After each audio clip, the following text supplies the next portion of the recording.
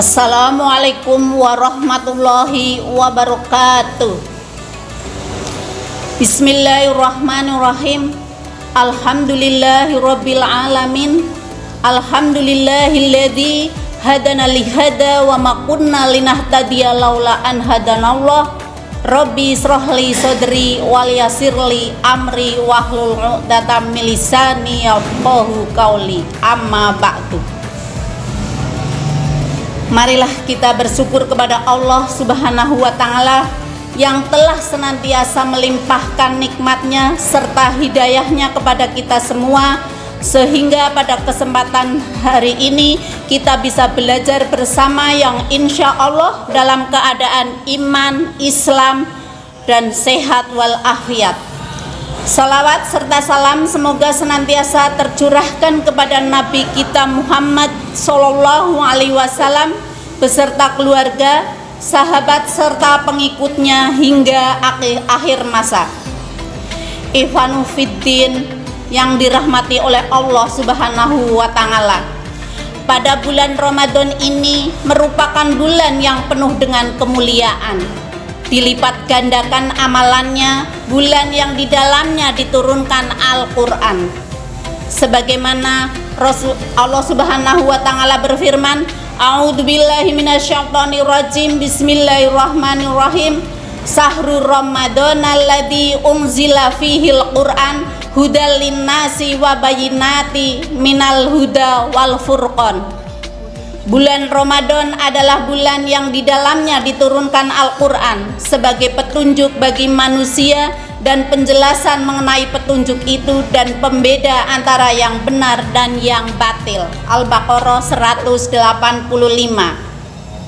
Maka sepatutnya di bulan yang mulia ini kita meningkatkan amalan perbuatan kita dengan membaca Al-Quran, sedekah, infak, sholat tarawih dan sholat sunnah yang lainnya, dan senantiasa menjauhi segala hal yang telah dilarangnya. Ikhwanuddin yang dirahmati Allah Subhanahu wa Ta'ala, dalam hadis Rasulullah Sallallahu Alaihi Wasallam bersabda, Robba so'imin khadduhu min siyamihi ju'u wal ngatosi. Betapa banyak orang yang berpuasa namun dia tidak mendapatkan dari puasanya kecuali rasa lapar dan dahaga. Hadis riwayat Tabrani. Ikhwanul fiddin yang dirahmati Allah Subhanahu wa Ta'ala, apakah yang dimaksud dari mengapa seorang yang telah menahan lapar dan dahaga bisa sampai tidak mendapat pahala dari apa yang telah dikerjakannya? Sebagai gambarannya, tatkala seorang siswa mengerjakan ujian, maka untuk mendapatkan hasil yang sempurna, dia harus menjawab soal-soal yang diberikan dengan jawaban yang benar. Setiap dia menjawab dengan jawaban yang salah, maka nilai sempurna tadi akan berkurang sesuai dengan jawaban yang salah. Maka hal ini sama halnya dengan ibadah.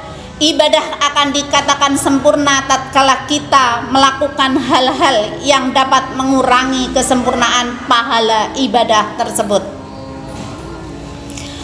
Ikhwanul fiddin yang dirahmati Allah Subhanahu wa Ta'ala, ada beberapa perbuatan yang mana sebagai kaum muslimin terkadang belum bisa menghindarinya, sehingga ketika ia melakukannya hal tersebut, perbuatan itu mampu menghilangkan pahala puasa yang dimilikinya, sehingga puasanya hanyalah berbuah lelah.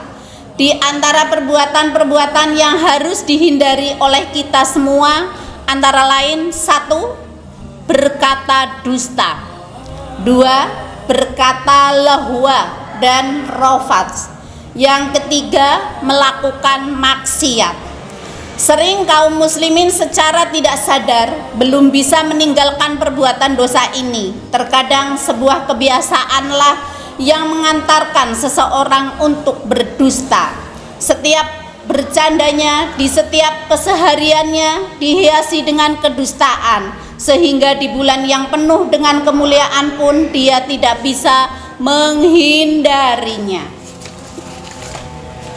Sebagaimana Rasulullah Shallallahu Alaihi Wasallam bersabda, malam yada' qaulu zuri wa amala bihi wa laisa lillahi azza wa jalla hajatun ayyada'a ta'amahu wa syarrabah.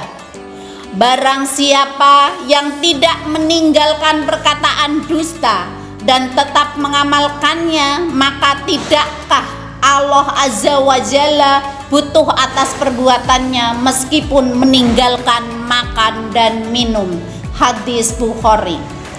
Dari ini marilah kita membiasakan lisan kita untuk senantiasa berkata jujur, sebagaimana sabda Rasulullah yang artinya, hendaklah kalian selalu berlaku jujur, karena kejujuran membawa kepada kebaikan, dan kebaikan mengantarkan seseorang ke surga.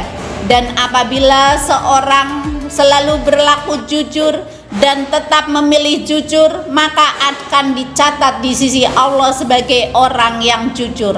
Dan jauhilah oleh kalian perbuatan dusta, karena dusta membawa seorang kepada kejahatan, dan kejahatan mengantarkan seseorang ke neraka. Dan jika seorang senantiasa berdusta dan memilih kedustaan, maka akan dicatat di sisi Allah sebagai pembohong. Hadis riwayat Ahmad 3456. Kedua, berkata lahu atau sia-sia. Dan rotas itu kata-kata porno. Rasulullah bersabda, laisa siyamu minal a'li wasyarrobi, innama siyam minal rohwi warofathi, wa in sabaka ahadan au jahulla ngalaika wal takul inni so imun.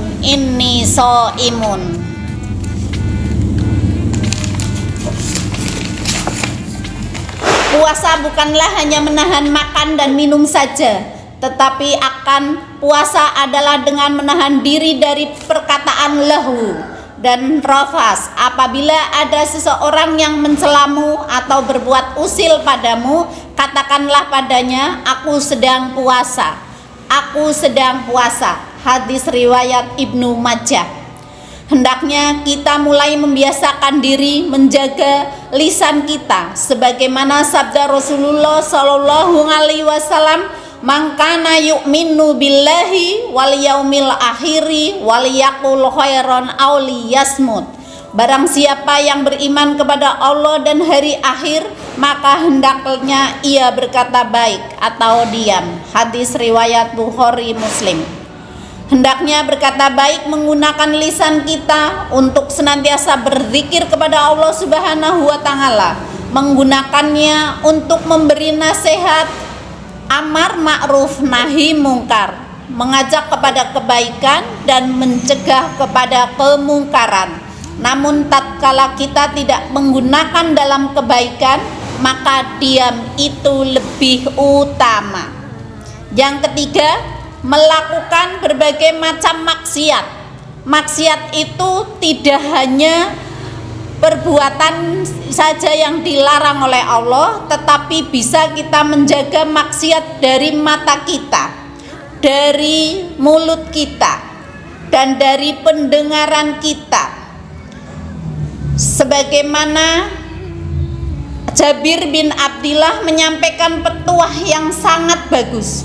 Seandainya kamu berpuasa, maka hendaklah pendengaranmu, penglihatanmu, dan lisanmu turut berpuasa dari dusta dan hal-hal haram, serta janganlah kamu menyakiti tetangga. Bersikap tenang dan berwibawalah di hari puasamu.